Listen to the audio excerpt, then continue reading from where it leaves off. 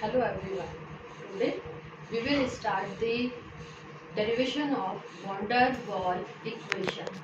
As we discussed earlier that for the ideal gas we study the PV is equal to nRT ideal gas equation, and there is two conditions.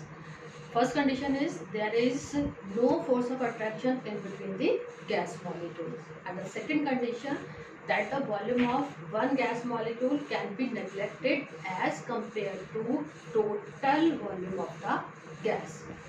But in non-ideal gas or the real gases, we cannot neglect the force of attraction as well as the volume of gas molecules. So today we will start the van der Waal equation. Now in van der Waal equation, the first one is the pressure correction. जब हम pressure correction की बात करते हैं तो हम कहते हैं कि ये कंटेनर है, कंटेनर में आपने नॉन आइडियल गैसेस ले रखी है जिसमें दो तरह के गैस मॉलिक्यूल्स होते हैं, या तो ए या बी टाइप के. सो ए गैस मॉलिक्यूल्स पर टोटल फोर्स ऑफ अट्रैक्शन 0 होता है क्योंकि लेफ्ट हैंड साइड का force of attraction is cancel by the right hand side, and this force of upward is cancelled by the downward. But in case of B gas molecules, these B gas molecules are pulled inward. अंदर की तरफ खींचे जाते हैं किनसे? C gas molecules. क्यों? क्योंकि इनके बीच क्या है? Force of attraction. ये तो कैंसिल हो गया, ये कैंसिल नहीं हुआ, तो C गैस मॉलिक्यूल्स B को अंदर की तरफ खींचते हैं. अंदर की तरफ पुल्ड करने की वजह से क्या होता है? B की जो वेलोसिटी है वो रिड्यूस हो जाती है, कम हो जाती है, और जिस प्रेशर से इसे कंटेनर की वॉल से टकराना चाहिए वो प्रेशर भी कम हो जाता है. तो कितना प्रेशर कम हुआ इसे हम किससे रिप्रेजेंट करेंगे? स्मॉल p से. सो हम कह सकते हैं कि रियल गैसेस और नॉन आइडियल गैसेस में जो टोटल प्रेशर होता है that is less that the as compare to non ideal gas. So this is the P. Capital P क्या रिप्रेजेंट कर रहा है?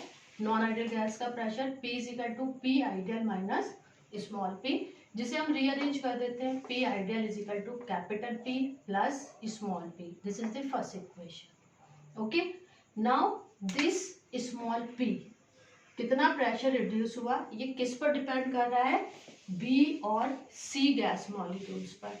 जितने वॉल पर B और C गैस मॉलिक्यूल ज्यादा होंगे उतनी ही स्मॉल p की वैल्यू ज्यादा होगी, और अगर स्मॉल p की वैल्यू ज्यादा होगी तो उतना ही टोटल प्रेशर रिड्यूस होगा.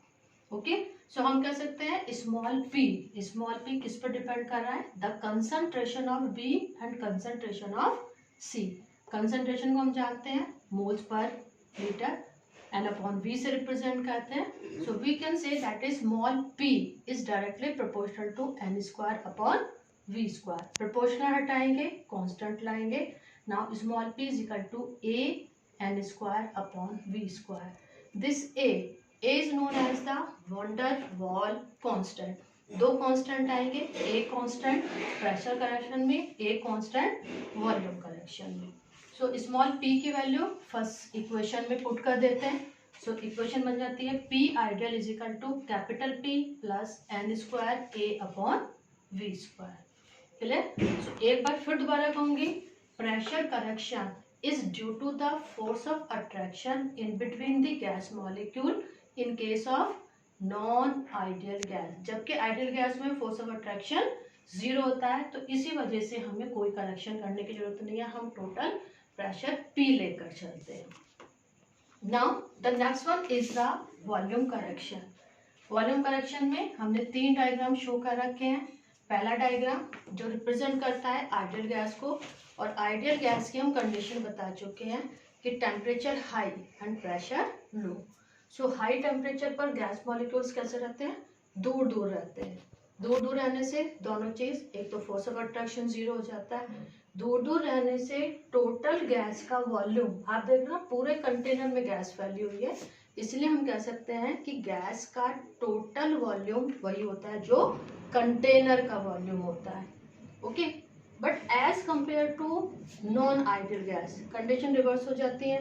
टेम्परेचर लो होता है, प्रेशर हाई होता है. सो प्रेशर हाई होने की वजह से यानी गैस कंप्रेस्ड हो जाती है, और कंटेनर के सेंटर पर आ जाते हैं।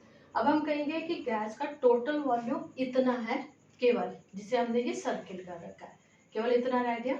और इस वॉल्यूम के कंपैरिजन में हम एक गैस मॉलिक्यूल का वॉल्यूम नेग्लेक्ट नहीं कर सकते। तो थोड़ा थोड़ा वॉल्यूम भी अगर गैस मॉलिक्यूल ऑक्युपाइड करेंगे, तो थर्ड में हमने किया दैट इज हर एक गैस मॉलिक्यूल ने अगर वॉल्यूम ऑक्युपाइड किया तो टोटल वॉल्यूम उनका कितना हो गया गैस मॉलिक्यूल का, NB, यानी उसे हमें टोटल वॉल्यूम में से घटाना पड़ेगा, इसलिए हमने क्या नाम दिया, एक्सक्लूड वॉल्यूम। ओके, अब हम लिख सकते हैं अगर volume occupied by one gas molecule, एक गैस मॉलिक्यूल अगर स्मॉल b ऑक्युपाइड कर रहा है तो n गैस मॉलिक्यूल्स कितना ऑक्युपाइड करेंगे, NB। Clear? So now real gas में कितना वॉल्यूम रिड्यूस हो गया, अगर उसका वॉल्यूम टोटल V है तो कितना घट गया, NB। So V minus NB, this is the third equation. Ideal gas के लिए हम जानते हैं equation is PV is equal to nRT। हमें कोई करेक्शन नहीं करना, P में फोर्स ऑफ अट्रैक्शन नहीं है, यहाँ पर वॉल्यूम हम नेग्लेक्ट कर देते हैं, तो as it is P and V। लेकिन जब हम नॉन आइडियल की बात कर रहे हैं तो अभी पहले हमने प्रेशर में कितना करेक्शन किया, P plus A upon V square. अगर हम n मोल्स की बात कर रहे हैं तो अभी n square A upon V square, ये हमारी सेकेंड इक्वेशन। ऐसे ही अगर हमने वॉल्यूम n मोल्स के लिए लिया तो V minus NB is equal to nRT। तो ये वन डर वॉल इक्वेशन नॉन आइडियल के लिए after the pressure correction and volume correction जो इक्वेशन बनेगी उसे हम नाम देंगे वन डर वॉल इक्वेशन। ये इक्वेशन बनी n मोल्स के लिए। अगर हमें 1 मोल्स के लिए बनाने हैं तो सेम चीज, हम n का फैक्टर हटा देते हैं, यहाँ से हटाया, यहाँ से हटा दो, यहाँ से। सो नाउ ये इक्वेशन वन डर wall equation for the 1 mole of the gas.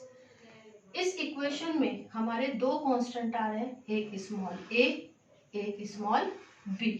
जैसा मैंने पहले बताया, a in pressure correction, b in the volume correction. Okay, तो इनके यूनिट पूछी जाती है एग्जाम में। अगर हम a की यूनिट निकालते हैं तो हम फाइंड आउट करते हैं स्मॉल a हमारा प्रेशर करेक्शन में कहाँ डेवलप हुआ, यहाँ डेवलप हुआ।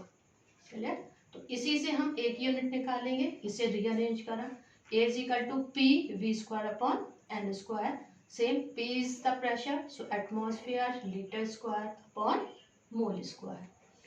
B, the second van der Waals constant, B हमारा कहाँ से आया, exclude volume NB, यहाँ से आया, तो हमने कहा B is equal to V upon N, so unit बन गई इसकी लीटर पर मोल। So this is the derivation of van der Waals equation. I think it should be clear. So okay, thank you.